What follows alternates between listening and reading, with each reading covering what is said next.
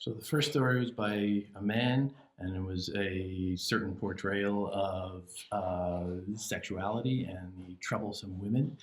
Uh, the second story is a story told by a woman and has a somewhat softer, more nuanced position on sexuality itself. And then the third story, it goes back to a man, one of the gentlemen named Dent, who has a fairly simple and amusing little story. Again, kind of not bawdy, but naughty. It's a story of a couple in France, a gentleman and his wife, who the wife starts an affair with the king. The king comes by, hears how beautiful she is, and essentially starts sending the gentleman away to go on trips. It's good to be the king. And he stops by to just pass the time with her and keep her company when she's all alone. And of course, it's the king who keeps making her being alone, but she falls for it. And she just sort of goes along with this. Oh, okay, my husband isn't here, so the king is very nice to pay me some attention. And this is enough to sway her, to sweep her off her feet. Okay. It's a guy telling this story, so of course the girl is going to be very pliant. And I'm assuming there's a considerable age difference between them, but put that aside. The husband comes around to realize that, okay, they're having an affair. And he gets it in his head to go and get even with the king. So he starts going by the queen's house. Well, the king is going over to the gentleman's house, so the gentleman is going to say, well, all right, I know the guy isn't at home, so I'm going to go swing by his place and talk to his wife. And he starts leaning in, again, fairly lasciviously, and leading her on with questions. And of course, she's very pliant. And, he starts dropping hints here and there.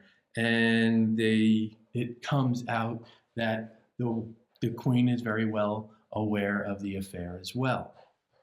And she says, I do not expect to be able to combine both humor and pleasure in my position, both honor and pleasure in my position. I am perfectly well aware that I receive honor and respect. It is she who has all the pleasure. But then I do not know, but then I know too that while she may have the pleasure, she does not receive the honor and respect. And that dwelling on pleasure, it's significant because all we're talking about here is sexual pleasure. And that seems to be of great significance, even as she tries to talk up honor and respect. It is clearly getting to her. This is a man's portrait of a woman. So she is going to be jealous. She's going to be somewhat furious about this. And of course, she's going to succumb to this gentleman's overtures. And sure enough, they start an affair. And other stuff happens. It's kind of irrelevant. The point is that in the end, the king realized that the gentleman is actually stooping the queen at this point. And the king realizes that the gentleman knows about his wife, but the king never realizes about the queen. So you get a sense of, well, he is the fool because he has been made a cuckold of two.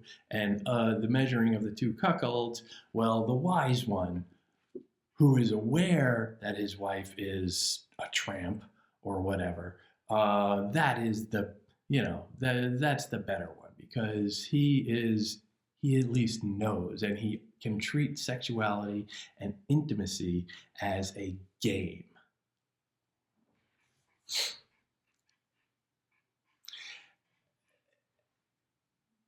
And that's the end of the story.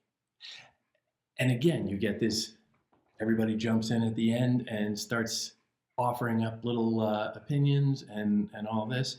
And the one of the women jumps in after he says,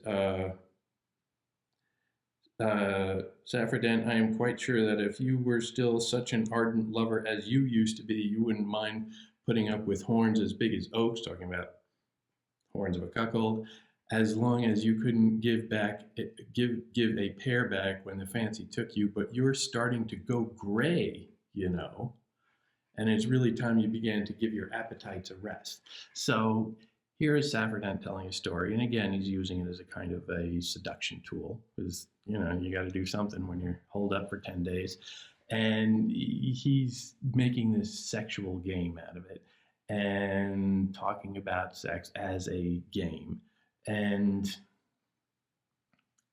he's getting older. He's, you know, a distinguished man of some years at this point. And the women are pointing out that, well, you know, you look kind of like a fool doing this. I mean, it's one thing if you're 17 years old and you're just, you know, flooded all the time. But when you're, you know, when you're getting up there, when you're in your 40s, 50s, 60s, what have you, you're supposed to be a little smarter than that. You're supposed to be able to control yourself a little bit more. You're not supposed to be as goatish as some of the characters in these stories. Don't you learn anything? Don't you realize what a fool you're being? The women are making this point. And it's the same point that the story itself, the Heptameron, is making about Boccaccio's Decameron, because it's about not understanding what's true intimacy, what is the true value of a relationship. And it's not just, you know, rutting sexuality. It's more. It's true intimacy. It is love. It is caring. It's something that the silliness of these stories, of the two male stories we've heard so far, seem so distracted by. Ooh, you know, they're off having sexy hijinks all over the place. But they're not grasping any deeper meaning. They're not grasping any context. They're not grasping any sense that it's anything other than a game. And for more than just the, you know, the, for more than just the sexual proclivities and, you know, entertainment of these people in this monastery. Well, they're not in the monastery. They're off in a kind of an Arcadian field, of course, just like Boccaccio did. But it is about stability also, because it is this instability. He is being very carefree. Saffredent in that story is being very carefree about, you know, the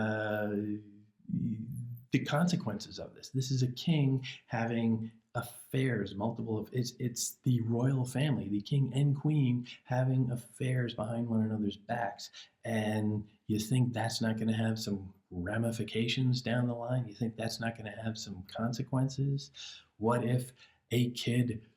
What if the you know, the king fathers a child by his mistress, and that child is a boy, and with his wife he only has a girl? Well, who is going to be the new monarch? What if the child with the mistress turns out to be stronger and ambitious than any son that the royal family would generate? That's instability. That is a generation from now, people going to war and dying because this king couldn't keep his pants zipped. And that is context. That is consequences. That is thinking the next step beyond just, oh, they're going to have some naughty fun. That is what this story, the Heptameron, is trying to drill down, trying to impress upon its readers that there are larger concerns at play here. And you can run around and chase your fly all you want, but you're making a fool of yourself, and you are being very, very dangerous.